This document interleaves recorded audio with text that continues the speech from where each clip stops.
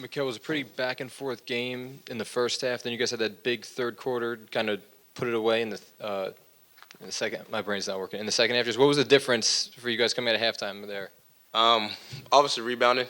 They were crashing, and I think they had 12 at half, so that was like the biggest thing that we worried about. So just getting stops and keep them off the glass, and then going out in transition. The run you've been on since you came here with all these 30, 40-point games, was there anything you surprised yourself about the way you've been able to keep stacking these up? Um, yeah, really in the beginning, because I never was a guy to really get 30. I was always borderline like mid 20s, high 20s. I just could never get 30, honestly. Um, but now I don't know. I think it's just I'm just really trying to win. So like every shot I take, and I'm just being aggressive and trying to make every shot I shoot. Cause like I always say, like yeah, if I'm missing every shot, there's a low chance of us winning. So just trying to make them to either keep us in the game or take the lead or just keep extending the lead. So it really just trust me, I wouldn't care about none of this if we were losing. So just trying to keep us in the game and keep trying to help us win. Since you were in Phoenix, you weren't really the guy until Book got hurt in January and whatnot. I mean, have you had a moment throughout all this when you realized, like, all right, like I can handle this? Yeah, I mean, I always say I got traded at the right time. Had a nice rhythm, and in the beginning I was struggling. It was tough, just trying to do everything offensively and defensively. But I found a good little groove, and even the games where I might not shot that great, just watching film with my coaches and all the shots, a lot of shots were just like in and out or just right there. But I found a little groove towards the end, and because I just had a lot of reps. But yeah, I mean, it just helped me, to prepare me for this moment right now, and I'm just trying to keep going.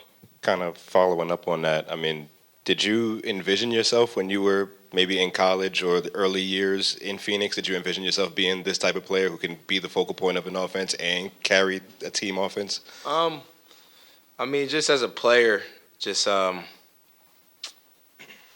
just trying to get better every year.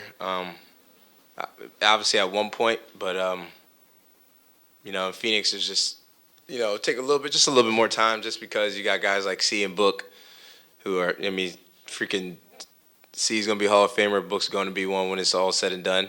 Um, so just knowing my role and still being aggressive. But I just knew one day, I was gonna keep growing. There was no timetable, no like rush. I was just trying to keep getting better every single year, and that's what I was doing. But no, I was just obviously it was always back in my head, just like one day, just got to build to get there. You can't just get there in one year. You just got to keep building, and eventually, things line up. Obviously, I've been grateful to be in this situation. So I had to just had a little jump kick to what I was all wanted to when it was all said and done. But yeah, it's been cool. And then second, just tonight, was there a point where you knew that you had it going? Um, I ain't gonna be like my boy JC when I woke up. But nah, I don't know. I think I had it going a little bit at first, but I was frustrated because I had some bad turnovers and wasn't guarding the way I wanted. But I don't know. I don't know. I don't really. Sometimes I know I'm getting going, but I'm so locked on, like, sometimes keep looking at the score, seeing where we're at, and trying to keep pushing away or trying to come back or whatever. So probably after the first quarter, I think when I was making threes, I was like, okay, this is if I'm making these threes, getting to the rim and middies, that's light for me.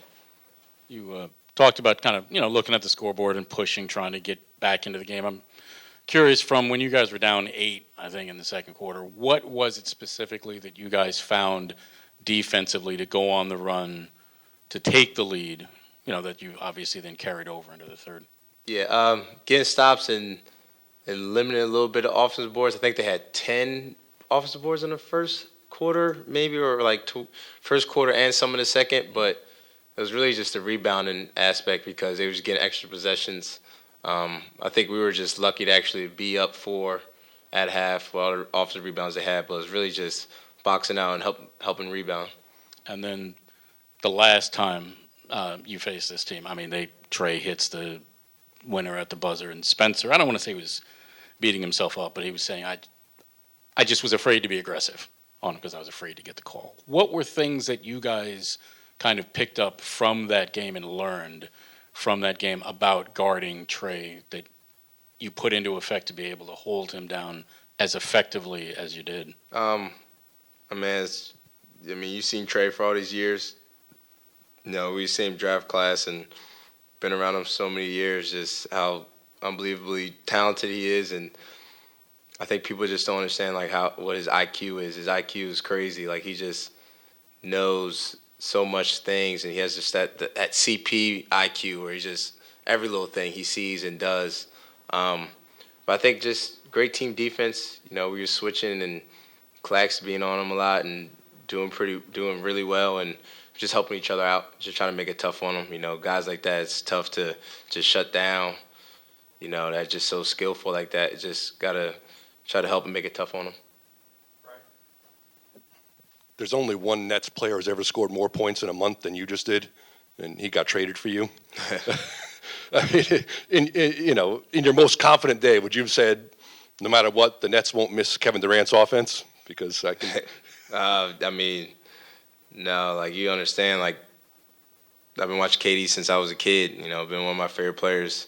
So obviously, no. I mean, he's arguably for me just one of the best scorers ever. So to even compare myself to that coming in was definitely nothing compared to. It was just trying to. That's why we had me and Cam. You know, we could even out the numbers a little bit. Us two for his. So, but nah, it's just that's unbelievable stat. That's crazy. But shoot, just getting an opportunity. My teammates and coaches trusting me. Just they give me the confidence to go out there and go play. Obviously, you know, you were playing behind Devin and Chris in Phoenix, and just to have this, like a moment tonight where you have a 40-point performance and you're at the free throw line and, you know, a fan base is giving you MVP chance, is that kind of a surreal moment this early into this new experience with this team? Yeah, I mean, it's crazy. I obviously wasn't expecting. I was loving the Brooklyn Bridges chant, and then I know where the MVP came, and my boy A. Holiday was right there, like, man, hell nah. I'm like, man, it's crazy. But it's just a lot of love, man. That's the biggest thing I take away from being here is just the love from the city and the fans, and even when I'm home or walking around, just people are just big Nets fans and just showing love. It's just a blessing, man. They made me feel so welcome. Where, you know, I was I was pretty upset about, you know, leaving Phoenix or getting traded from Phoenix because all my friends and all my teammates and the staff, and I still miss the hell out of all of them and all the fans. But they made me just be so into Brooklyn right away just from the love they've been showing. So I thank them a lot. Yep, thanks.